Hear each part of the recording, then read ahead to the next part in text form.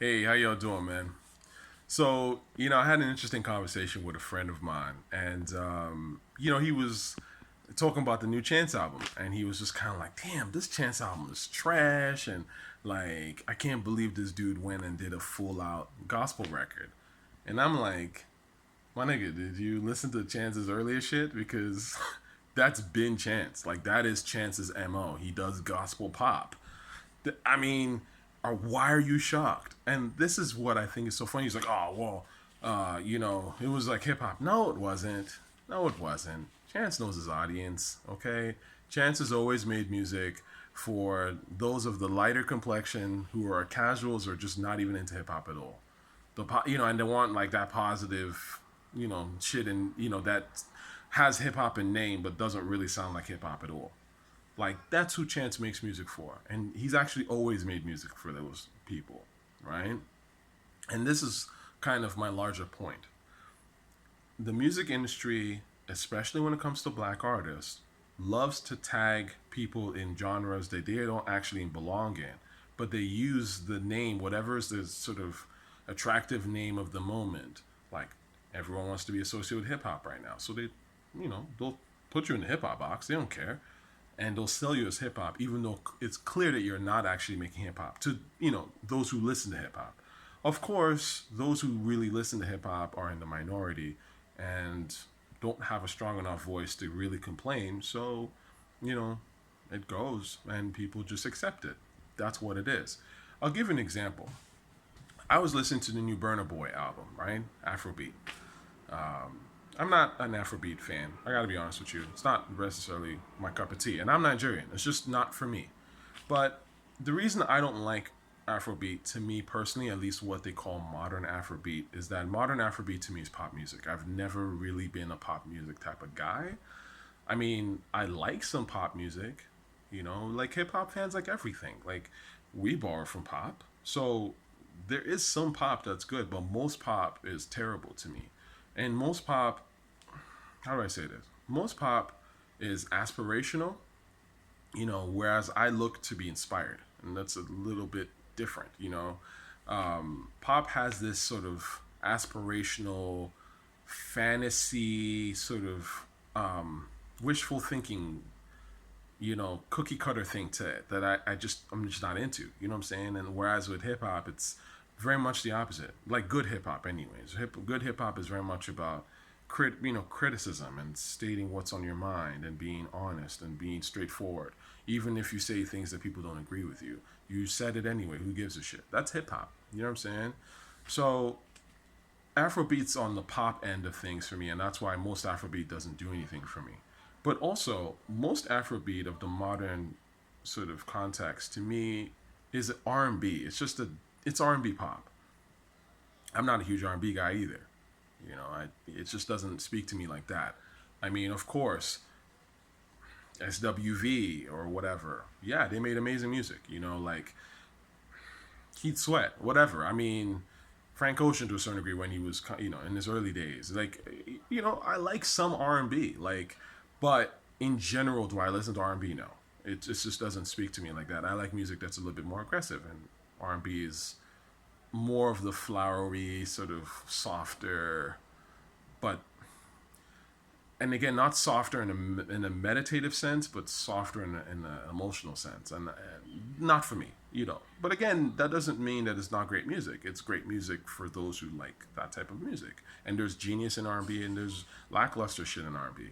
Anyway, my point is, I'm sitting there listening to R&B, or I should say, Burna Boy, with a friend of mine, and she's like, "This is straight up R&B." She's like, this dude is singing on this whole shit. The way he's even sort of singing is very much like an R&B artist would, doing the little sort of runs and stuff like that. The chords in the little beats and stuff is R&B. Like it's like keyboard shit, like the kind of stuff that you'd hear in R&B. And this is what I think is interesting, that this is being sold as Afrobeat, like real Afrobeat, Fela type shit. Except Fela didn't do R&B. Okay, Fela is the grandfather of Afrobeat. And Afrobeat is very different from what is called Afrobeat now, for sure, but especially different from what Burna Boy is trying to put out. But again, to casuals, they're not gonna know. They're not gonna care. They're just gonna be like, oh yeah, it's like Fela because they've heard the name Fela. They know the name Fela comes with some sort of respect. But in real life, people who really listen to Afrobeat, I don't necessarily think that they're listening to Burna Boy like that. I could be wrong. You know what? If you really into Afrobeat and you know your shit, and Burna Boy is that dude, hit me up in the comments and tell me that I'm wrong. That's fine. But I'm gonna go out on a limb and say that Afrobeat in its sort of essence, even in the modern essence, is not really a Burna Boy type of thing. But I understand that this is what happens. Afrobeat is the popular term right now. It's what's hot. So, whatever that someone can do that is appealing to casuals, but has that name and that authentic stamp. Because again, it's, people who are in pop always want credibility because that's what they need to sort of sell it, really. You know what I'm saying? Like, the pop fans are funny to me because they want stuff that's safe and not going to challenge them, but they want something authentic, which is weird because artists at their best challenge you. That's kind of the whole point. So you can't say that you want amazing art, but you don't want it to be challenging. Anyway, so Burna Boy is out here basically giving you African R&B and telling you that it's Afrobeat. Just like Chance the Rapper is out here giving you gospel indie, folk music, mixed with a little bit of rapping and telling you that it's authentic hip hop. J. Cole. J. Cole is an R&B artist. Kendrick Lamar, R&B artist. R&B pop, indie, whatever. Even their names. Like, if I saw the name Kendrick Lamar in the 90s on a tape, like Brian McKnight, you know what I'm saying? Donnell Jones. It's an R&B asked, listener and performer. The only rapper I can think of back in the day that had that full name thing was Eric Sermon. And Eric Sermon obviously is hip hop as fuck, but B, hip hop, Eric Sermon was doing his own thing. And he was deliberately like, okay, everybody's doing this. I'm going to be the lone exception. And I get it. But J. Cole, Jermaine Cole, is an R&B thing. It's the kind of thing that a Harlequin novel, like, you know what I'm saying? Like a chick would pick up. Oh my God, it's Jermaine Cole, right? Let me stop, man. I'm going to anger these J. Cole fans out here. But you know what? That's what it is.